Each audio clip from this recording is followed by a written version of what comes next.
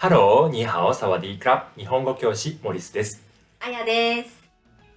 パート1の動画で脳に外国語ごとの部屋を作れば外国語を話すときにも疲れないことをご説明しましたね。今回はどんな6つの学習法をすれば外国語ごとの部屋を作れるかご紹介します。1、どの言語を勉強するときもまず発音をはっきり理解するようにします。例えば音楽にもいろいろな調というものがあって波長調では基本的にこの音を使うというルールがあるように、言語にもそれぞれ発音というものがあって、使う音が決まっています。どこを閉じて音を出すのか、舌はどこに置いてどんな動きをするかなど、この図が多少役立ちます。もちろん、完全に正しい音を出すことは難しいですし、分かっていても出せない音がおそらくあります。目標は正しい音をイメージできるようにすることです。YouTube の中にも各言語の先生が発音を教えている動画がありますので、知りたい言語の言語名とその言語の発音という単語で検索すれば音を聞く練習ができますよ。2、発音の次は基本会話を覚えますが、この時から日本語をなるべく使わないで覚えます。例えば、一般的な学習法は左にあるように、日本語で意味を考えながら外国語を覚えていきます。しかし、私の学習法は右にあるように、できる限り外国語に対して外国語で反応できるように覚えます。外国語学習の最初のうちは難しいフレーズを覚えることはしないはずですから、この方法で十分覚えることが可能です。しかし徐々に抽象的な難しい言葉を覚えなければならなくなってくるでしょう。その時もなるべく日本語を使わずにイメージで覚えるようにします。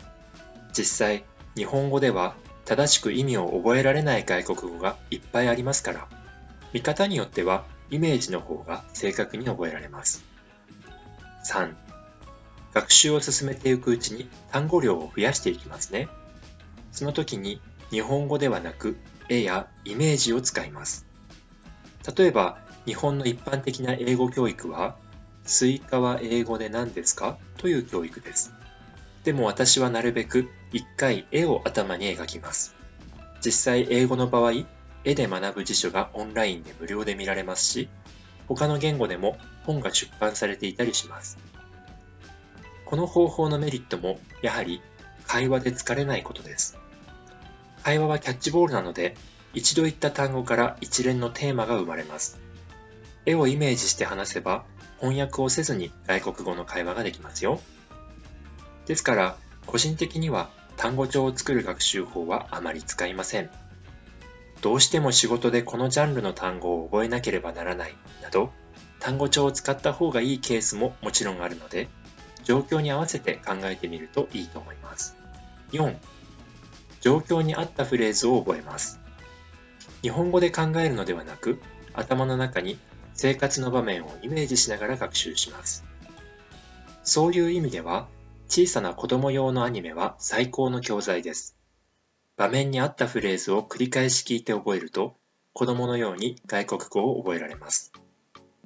5、ネイティブスピーカーのいろいろな発音やフレーズを聞きます。お手本は教科書やニュースのアナウンサーがいいですが、それだけ聞いているとあまり上達しません。なぜなら、実際にはいろいろな方言の影響や、体や口の形の影響、ネイティブでさえも間違って使っているフレーズなど、教科書からは学べない内容があるからです。言語を美しく話している人の真似をしながらも、あまり好きじゃない話し方をする人の音も聞き取れるように、バランスよく勉強しましょう。6、インターネットの画像検索を活用しましょう。辞書を調べるだけだと、どうしても文字で意味を覚えてしまいます。例えば、タイ語のジェの意味を調べてみましょう。Google 画像で検索するとこのような絵が出てきます。全体的な傾向からこの言葉はいい意味ですか？それとも悪い意味ですか？なんとなく痛いとか辛いみたいなイメージで使うことがわかりますよね。他にも言葉のつなげ方を知るのも大切です。例えば、この子の動作を日本語で何と言いますか？履くという動詞はスカートや靴に使いますね。どの言語にも同じような例が必ずあるので、初めて使うときは一度インターネットで使い方を検索してみるといいですよ。先生や友達がいるなら、自分が間違えたときに教えてもらえるようお願いするのがいいかもしれません。さて、今回の動画では外国語ごとの部屋を作る6つの学習法をご紹介しました。脳の使い方は人それぞれですが、皆さんの外国語学習に少しでも参考になれば嬉しく思います。ご視聴どうもありがとうございました。